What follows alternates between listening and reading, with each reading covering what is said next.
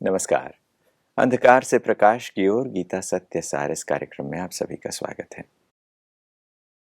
गीता का बहु प्रचलित श्लोक यदा यदा हि धर्मस्य ग्लानिर्भवति भारत। यह श्लोक ये बताता है कि जब जब धर्म की अति ग्लानि हो जाए, अधर्म अपने चरम पे हो, तो अधर्म का नाश और सत्य धर्म की स्थापना के लिए भगवान अवतरित होते हैं। सदियों तक ये एक ऐसे वायदे के रूप में याद किया जाता आ रहा है मनुष्य कि एक ऐसा समय आएगा जब अति हो जाएगी तो परमात्मा आएंगे, अधर्म का नाश करके पुनः सत्य धर्म की स्थापना करेंगे। एक उम्मीद की किरण है, एक आशा है, एक होप है। गीता इस उम्मीद को जगाए रखती है। जब इस उम्मीद की बात की जाती है तो मनुष्य सोचते हैं कि भगवान तो अनेक बार आए होंगे, अब तक तो भगवान का आना हो भी चुका होगा। फिर आसपास की परिस्थितियां देखते हैं तो फिर वो उम्मीद जगाए रखते हैं, जैसे अनेक बार आए होंगे, शायद अभी भी आएंगे। अवतारों की बात हमारे ग्रंथों में, कथाओं में लोग सुनते पढ़ते आए हैं। ऐसे में प्रश्न उठता है कि इन अवतारों को सही तरीके से समझा जाए, भगवान के अवतरण के इस वायदे को सही अर्थों में जाना जाए। आज गीता के प्रकाश में इन्हीं चीज़ों को बेहतर समझते हैं। आज हमारे साथ चर्चा के लिए स्टूडियो में गीता विदुषी डॉक्टर पुष्पा पांडे जी हैं। डॉक्टर पांडे पेशे से गायनकोलॉजिस्ट हैं, डॉक्टर हैं, जबलपुर मध्य प्रदेश में निवास करते हैं। गीता के विषय पर भी उनका गहरा अध्ययन और शोध रहा है। आइए करते हैं उनसे चर्चा। डॉक्टर साहब, आपका स्वागत है। ओम शांति। सर्वप्रथम तो ये बात समझना आवश्यक है कि अवतारों के बारे में आजकल तो मीडिया के माध्यम से, टीवी से, सिनेमा से, आज अनेक वीडियो चैनल्स से हम अनेक ऐसी चीज़ें देखते हैं। उससे पहले लोगों ने किताबों में, अनेक मैगज़ीन्स में ये कहानियाँ छपी हैं। अवतारों के बारे में लोगों ने कथाएं सुनी हैं। अवतारों का मंचन भी होता आया है, लोग नृत्य नाटिकाएं बनाते आए हैं। नृत्यों के ज़रिए, नाटिकाओं के ज़रिए लोग मंच पर अभिनय के और नृत्य के ज़रिए इन चीज़ों को समझाते आए हैं।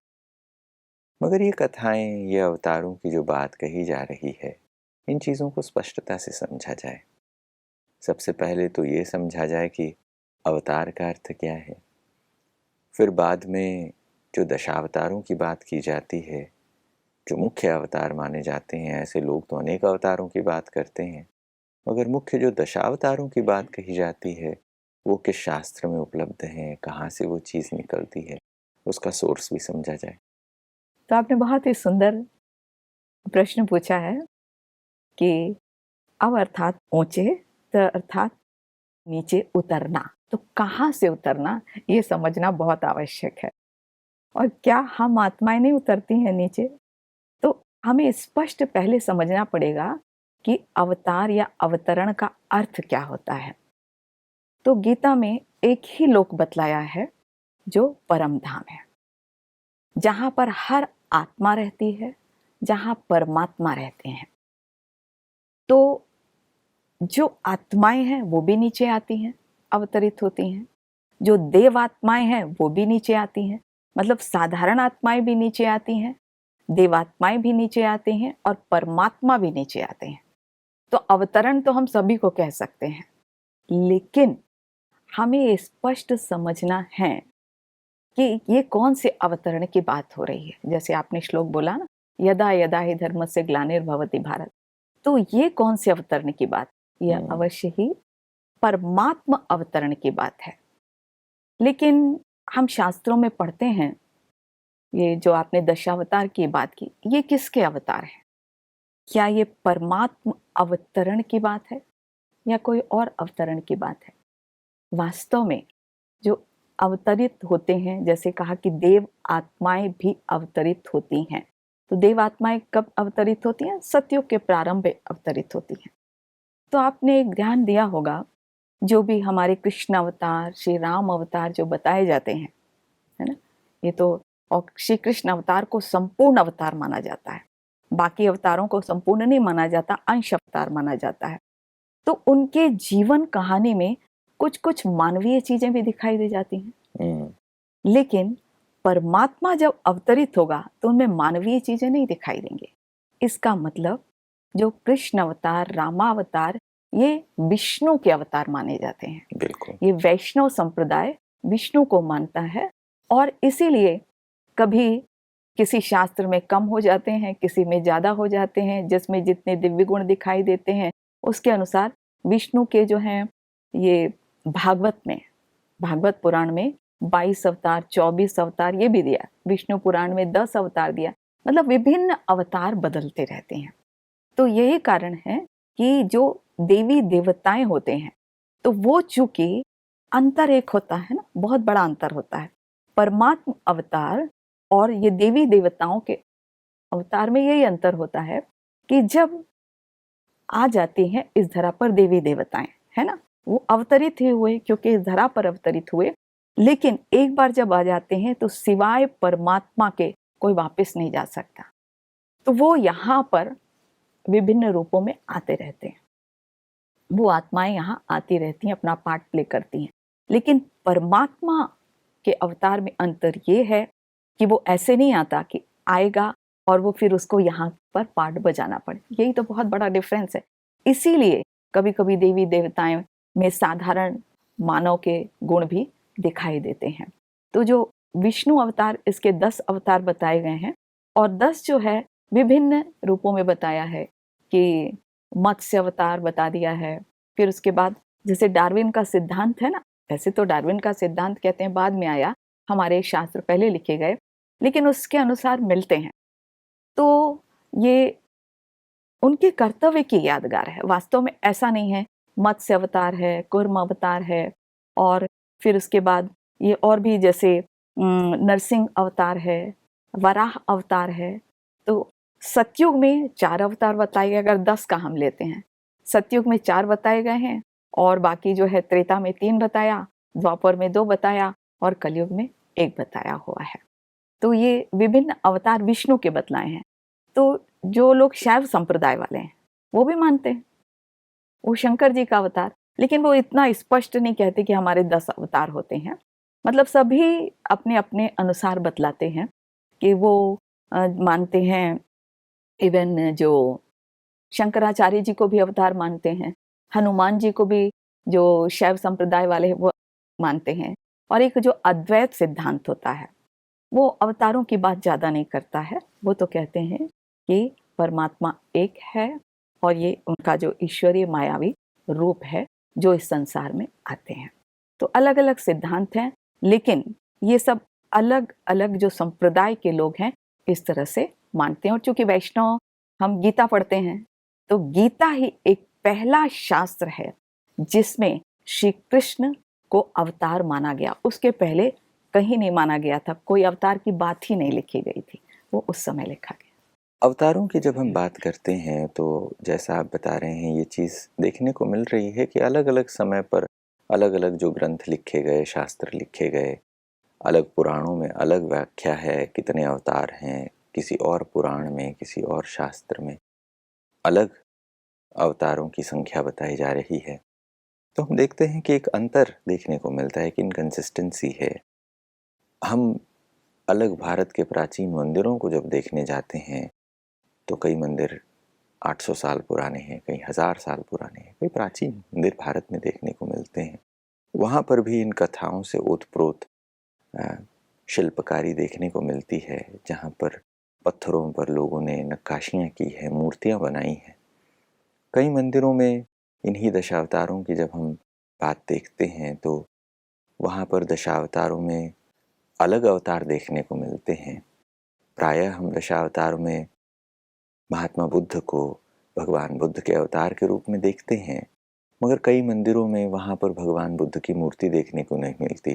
कई किताबों में बुद्ध को दशावतार में एक अवतार नहीं गिना गया है। तो ये भी एक चीज़ सोचने में आती है कि क्या अवतारों की जो हम बात कर रहे हैं क्या वो सही है या वो एक्यूरेट है। बिल्कुल सही क्वेश्चन आपने पूछा, और ये सभी को पता भी रहना चाहिए, क्योंकि जो हमारे शास्त्र लिखे गए वो इसलिए लिखे गए समाज में व्यवस्था रहे। और जैसे हमने सुना कि पहला जो अवतार है वो गीता में ही बतलाया गया, श्री कृष्ण। और फिर जो भागवत है वो बाद में लिखी गई, जो पुराण है वो बाद में लिखे गए। तो उस समय तक तो महात्मा बुद्ध का ऐसा कुछ था ही नहीं। लेकिन जब ये शास्त्र लिखे गए तो उसके पहले लोग बहुत कन्वर्ट होने लगे थे ना महात्मा बुद्ध में। और महात्मा बुद्ध तो वास्तव में नास्तिक थे, वो तो मानते ही नहीं थे ईश्वर को। लेकिन अब हमारे समाज की व्यवस्था बनी रहे, लोग इस सनातन धर्म में ही रहें, इस कारण से लोग कन्वर्ट ना हो, तो उसको महात्मा बुद्ध को भी एक अवतार के रूप में मान लिया गया। यहाँ तक आपको जान के आश्चर्य होगा कि अब जब बहुत सारी जातियां बनने लगी, बहुत सारे, क्योंकि पहले हमारे यहाँ ऐसे जातियां नहीं थी, वर्ण थे, फिर धीरे धीरे धीरे जातियां बनने लगी। तो उस समय क्या हुआ, उस समय भी सबके अपने अपने भगवान हो गए, सब कुछ ऐसे भगवान कहने लगा कोई, उसके साथ ही आपस में वैमनस्य हो गया। तो फिर हमारे ऋषि मुनि, उन्होंने सचमुच हमारे देश को बहुत संभाल कर रखा। और उन्होंने, ऐसे कहा जाता है, कोई 100% नहीं हम कह सकते, लेकिन फिर भी ऐसा कहते हैं कि जो स्टोरीज आई ना बाद में, ग्वाले के बीच में श्री कृष्ण को डाला गया, ये सब बाद में आई। तो सब जातियों में सामंजस्य बना रहे। तो हर धर्म में एक एक, जैसे क्षत्रिय में क्या बता दिया, श्री राम, ब्राह्मण में क्या बता दिया, परशुराम, यादव में क्या बता दिया, श्री कृष्ण। और इसी तरह कहा जाता है कि जो ट्राइबल्स हैं वो एनिमल्स को मानते थे, एनिमल्स की पूजा करते थे। तो फिर इसीलिए भगवान का अवतार इन एनिमल्स के रूप में बता दिया, मत्स्य अवतार, कूर्म अवतार। ये कितनी रोचक सी बात लगती है कि एक समाज की व्यवस्था को एकजुट बनाए रखने के लिए, समाज में एकता को बनाए रखने के लिए लोग जानते हैं विश्व इतिहास में कि सबसे ज़्यादा युद्ध लोगों ने ईश्वर के नाम पे किए हैं कि हमारा ईश्वर है, हमारा भगवान बड़ा है या हमारा धर्म बड़ा है। इसके लिए सबसे ज़्यादा युद्ध हुए मानवता के इतिहास में। और ये भारत की मनीषियों की, ऋषि मुनियों की, चिंतकों की ये विचारधारा जो इतनी विशाल रही है कि वो समाज को एकजुट बनाए रखे, वैमनस्य हटाकर एकता और शांति को बनाए रखने के लिए ईश्वर के स्वरूपों को भी हर जगह से एक समान लाने के, सभी को एक प्लेटफॉर्म पर लाने के इन प्रयासों से, एक सनातन संस्कृति को बनाए रखने के लिए उनके प्रयासों में उन्होंने ये कोशिशें की।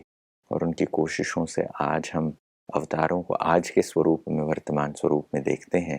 शायद 1000 साल पहले या 2000 साल पहले अगर हम देखें तो शायद सनातन धर्मों में अवतारों की वो व्याख्या नहीं होगी जो आज देखने को मिलती है।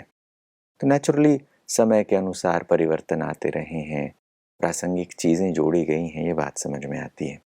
अब अवतारों के बारे में जब हम कथाएं सुनते हैं तो प्रायः ये चीज़ें दिखाई जाती हैं कि अवतारों का आना या अवतरित होना किसी राक्षस का संहार करने के लिए, राक्षस का वध करने के लिए और उनके नाश को कर संसार में फिर से सुख शांति लाने के लिए उनके प्रयास हैं, ऐसे देखने को मिलते हैं। आप ये कह रहे थे कि सतयुग में ज़्यादा अवतार दिखाए गए हैं, फिर त्रेता में कम, फिर द्वापर में और कम, और कलयुग में सिर्फ एक ही अवतार की बात कही जाती है। तो प्रश्न उठता है कि अगर सतयुग में सबसे ज़्यादा अवतार आए तो क्या ये माना जाए कि सतयुग में ज़्यादा राक्षस थे, उनको मारने के लिए सतयुग में ज़्यादा अवतार लेने पड़े? ये भी प्रश्न उठता है।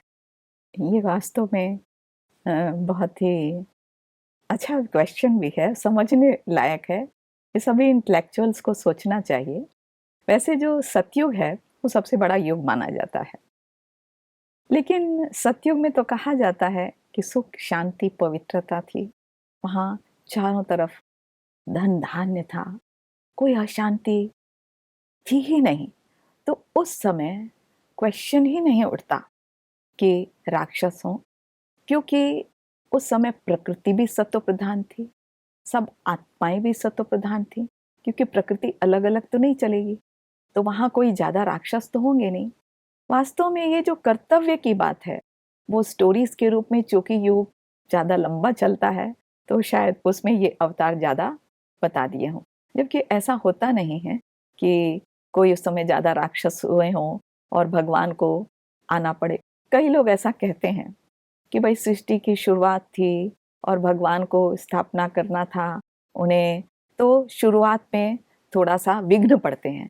तो उस विघ्न को ठीक करने के लिए भगवान को अवतरित होना पड़ा। लेकिन उस समय विघ्न होते ही नहीं हैं। सचमुच जब श्री कृष्ण थे, तब कंस नहीं था। जब श्री राम थे, तब रावण नहीं था। वैसे भी कई लोग रावण को प्रतीकात्मक ही मानते हैं। तो इस तरह से ये वास्तव में प्रतीकात्मक है, ऐसे कोई उस समय ज़्यादा राक्षस थे ही नहीं।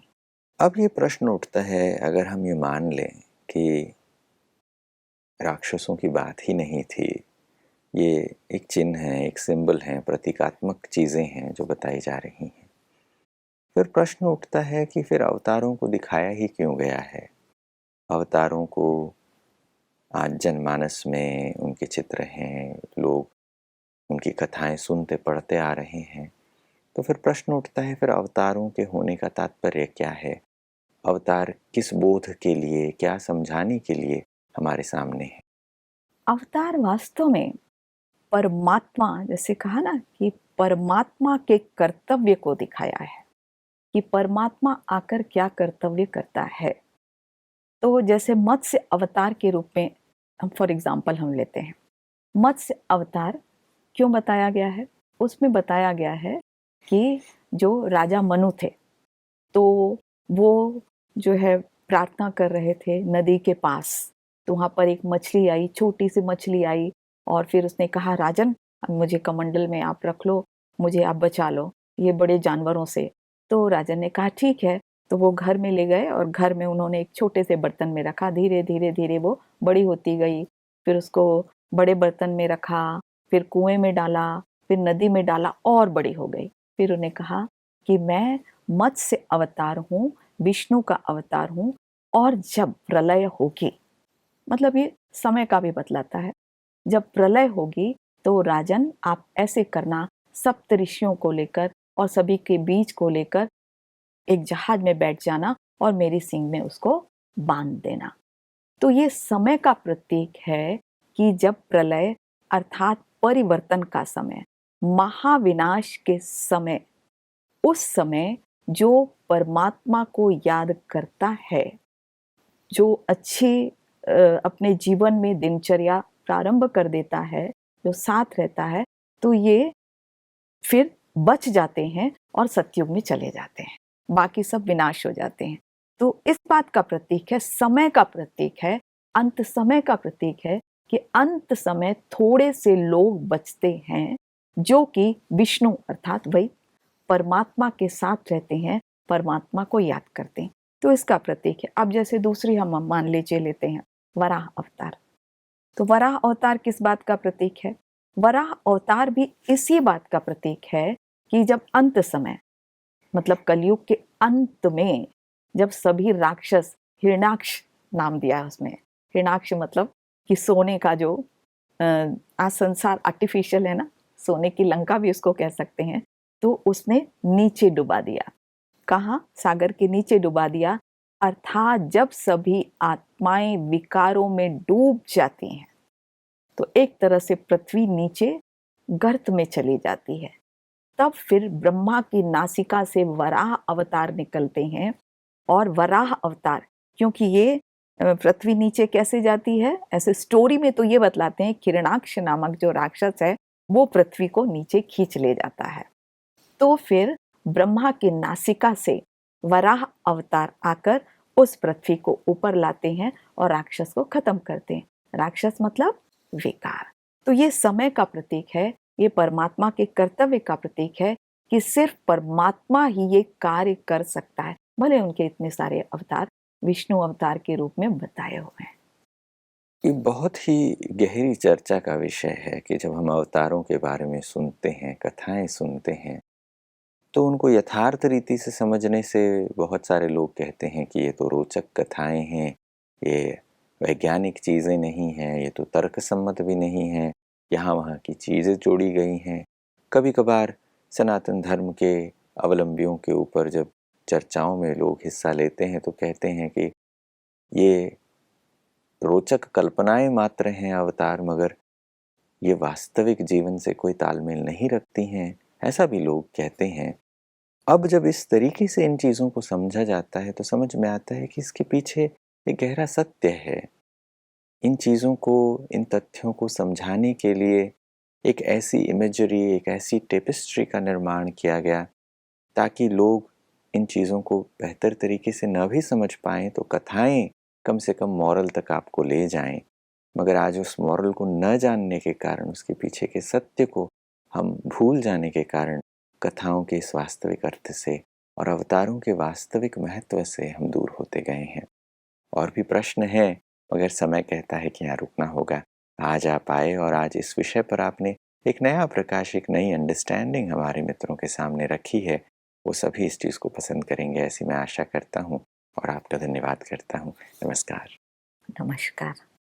दोस्तों, सनातन की परंपराओं को जब हम देखते हैं तो कई ऐसी चीज़ें व्यक्ति को ऊपरी सतह पर देखते हुए गहराई से न समझने के कारण वो मिथ्या नजर आने लगती हैं। कई लोग इसी कारण से सनातन के इन सत्यों को न जानकर उसे अवैज्ञानिक भी कहने लगते हैं। मगर ये जो सांस्कृतिक परंपराएं हैं, समय के अनुसार जो परिवर्तन होता गया है, वो किस लिए हुआ है? वो समाज को एकजुट रखने के लिए, ईश्वर में विश्वास को बनाए रखने के लिए, सभी को उस एक ईश्वर के प्रति आस्थावान बनाने के लिए किए गए प्रयास हैं। आशा करते हैं कि अवतारों के बारे में आज जो चर्चा हुई है वो आपके लिए भी नया ज्ञान देगी। आज की चर्चा में बस इतना ही। अगले एपिसोड में फिर मुलाकात होगी। तब तक के लिए नमस्कार।